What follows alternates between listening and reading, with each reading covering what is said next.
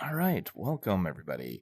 So I thought I'd give you a little preview, a little demonstration of what I'm currently doing to integrate artificial intelligence into my courses and helping me respond to students for their reflection assignments. And I'm doing that all here in Immersed. Let me take down my screen. You can see where I'm at.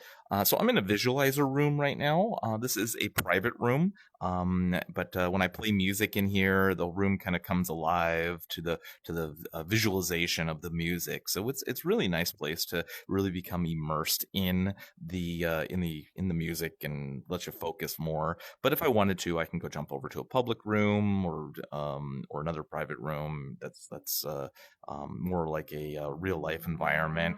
But this has been a really nice environment to work in and get and see a lot of productivity.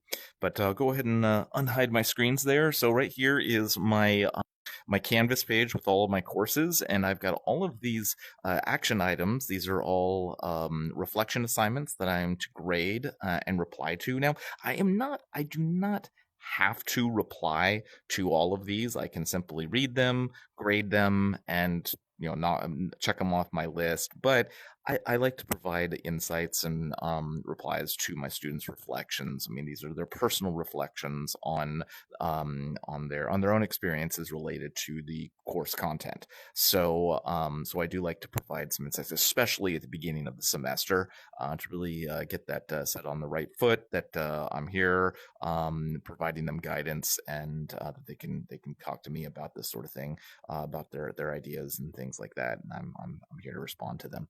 So, in all my classes, for those that don't know, all my classes are taught online. I am 100% virtual. I teach here in Immersed, actually. So I bring up a Zoom room in on my computer here, and I have my virtual camera here. I'll bring that up.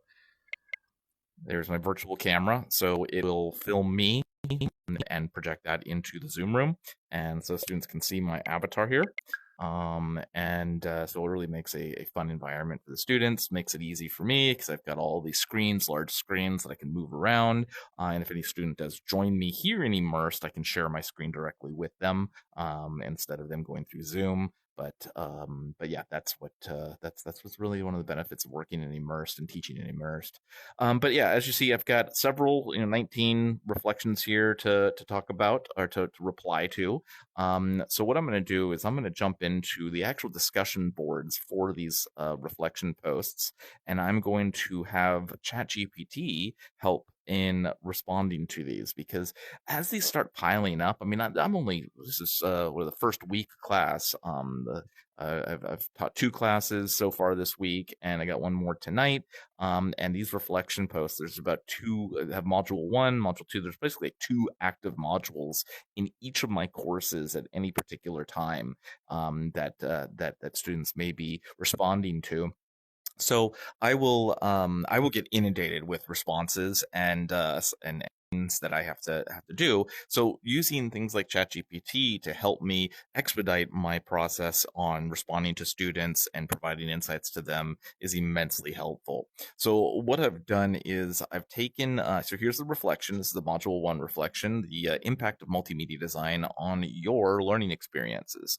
So here's the prompt for that. And what I did is I have prepped a chat session. I have a chat session with ChatGPT 4.0 with some plugins in there, some edX and edX plugins to help provide some additional insights if necessary. I can go to those plugins to get some more resources to provide students. But so far, I haven't really used them all that much. They're in the chat session, but I haven't really relied upon them to provide any additional insights so far, but I probably will. Plugins are currently in there, or some plugins are in there. I have prepped this chat session with what I need ChatGPT to do. So it says, so I ask it to help me reply to student reflections for the first module of the course on advanced multimedia design for learning. The assignment prompt I gave the students is as follows. So I just took the prompt that I gave the students from here, copied and pasted it over, and then I gave it some additional instructions. I will provide you with the student responses. You will create a reply to those responses. The tone and style should be friendly yet professional. So I just set that criteria of tone of what I need them to or what I need it to provide me, how I want to provide responses. That responses should add additional insights, that it could provide additional references, or and I said, do not fabricate resources. ChatGPT can possibly do that, where it'll say, hey, you should go check out this resource, and that resource doesn't exist. So yeah, I had to do not fabricate resources, and that tends to help out a lot. And in making sure the resources it provides are good. I want the replies to be short and concise, no more than a single paragraph. I found that it doesn't really follow that very well. It still extends it out to more than one paragraph, so I have to say, hey, redo a reflection reply to be more concise, and then it will do it for me. Then I ask it for any specific questions, and then it provided me a few more questions to clarify. I clarified them, and I took all that, copied it up, and pasted it up into a Word doc just to track my prompts. Because each time I give it this prompt and ask for clarifying questions from it, it gives me more questions to answer. So I just kind of add those to this. So I kind of keep a running log of this prompt, because I'm going to be using this throughout the semester in multiple courses. At least the initial prompt and some of the expectations. I will of course change the prompt for the reflection in there. I'll just modify that, but all the other information that I've been clarifying with it, I keep it in there and just continually use that. So yeah, I've got that ready to go. And it's asked some clarifying questions. I answered them. I then gave it a student's reflection, and it provided this response. Copied and pasted. I think I copied and pasted. Let me make sure. So no, that's one I did already. Did I do? Yes. So here's the response that I copied and pasted, brought it over to ChatGPT.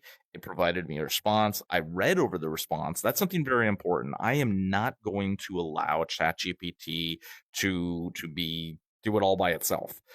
I read the responses that students give, the reflections that students give, and I read the replies that ChatGPT generates, and I will modify them accordingly.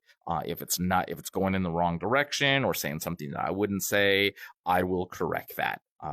So I'm not relying upon it totally. I am curating the content, and that happens quite a bit, especially course on instructional design and learning design technologies, because students will often reflect on various levels of abstraction in designing or being part of a course. They may talk about their experiences as a student, their experiences as a teacher, their experiences as a designer, and their experiences as an administrator, and all of that is a different perspective on a course and the course content. And ChatGPT sometimes does not get those minute differences. So if a student replies about how their experience in using some instructional content from a teacher's perspective, ChatGPT may think it is from them saying it as a student's perspective, and the reply will be based on it being a student. And I'm like, well, that's not right. They're reflecting on it being a teacher, not as a student, to go through and clarify it, make changes and things like that. So make sure that ChatGPT is not creating those sorts of mistakes and coming to the wrong conclusion. So I'm curating the content that it's providing, but I will copy and paste it back into here, into the reply, and give my students some feedback on how they are doing, or providing those additional insights that I've asked ChatGPT to do. So yeah, it really expedites my entire workflow, because I could spend, I get so many reflections each day to respond to, and so many assignments to respond to.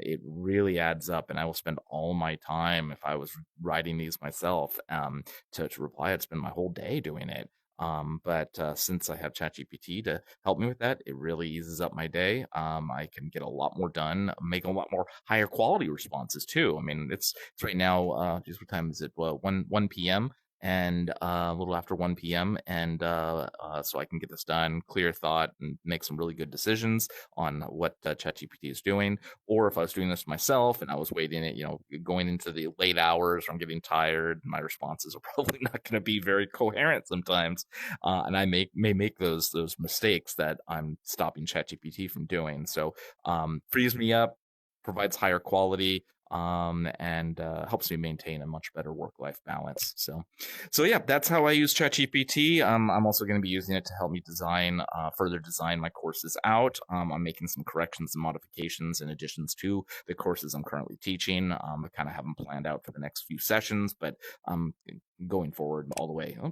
Going forward and doing some of the late semester sessions. So there we go. That's what's happening. If you have any questions, go ahead and post them in the chat, or not the chat, the comment section below. But stay tuned. I'll be adding more videos about how to work in both and with artificial intelligence in the field of learning, design, and technologies, and education and professional development. So stay tuned.